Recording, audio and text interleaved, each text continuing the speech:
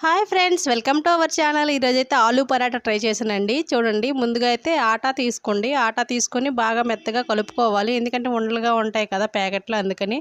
తర్వాత వేడి చేసిన ఆయిల్ నేను ఆటాలను కలుపుకొని బాగా మిక్స్ చేసుకోవాలండి. వేడిగా ఉంటుంది కాబట్టి ఒక స్పూన్తో దేంతోనైనా మిక్స్ చేసుకోండి. బాగా మిక్స్ అయిన తర్వాత బాగా ఉండలు లేకుండా కలుపుకోవాలి. ఇదంతా మిక్స్ అయిన తర్వాత కొంచెం సాల్ట్ని యాడ్ చేసుకోండి. సాల్ట్ యాడ్ చేసుకున్న తర్వాత కూడా బాగా కలపండి. ఇలా మిక్స్ చేయడం వల్ల సాల్ట్ అంతా బాగా కలుస్తుంది. తర్వాత ఏమో దీంట్లో పాలు వేయండి. ఎక్కువ పాలు వేసుకోండి. ఎక్కువ పాలు తక్కువ వాటర్ వేయడం వల్ల ఏమంటే కొంచెం మెత్తగా ఉంటుంది. వాటర్ కూడా తర్వాత యాడ్ చేసుకొని మొత్తం ఒక ముద్దలా తయారు చేసుకోండి. ఈ ముద్దనే మీద ఒక మూత పెట్టి ఒక పక్కన పెట్టండి. తర్వాత ఆలూని ఉడకబెట్టుకోండి.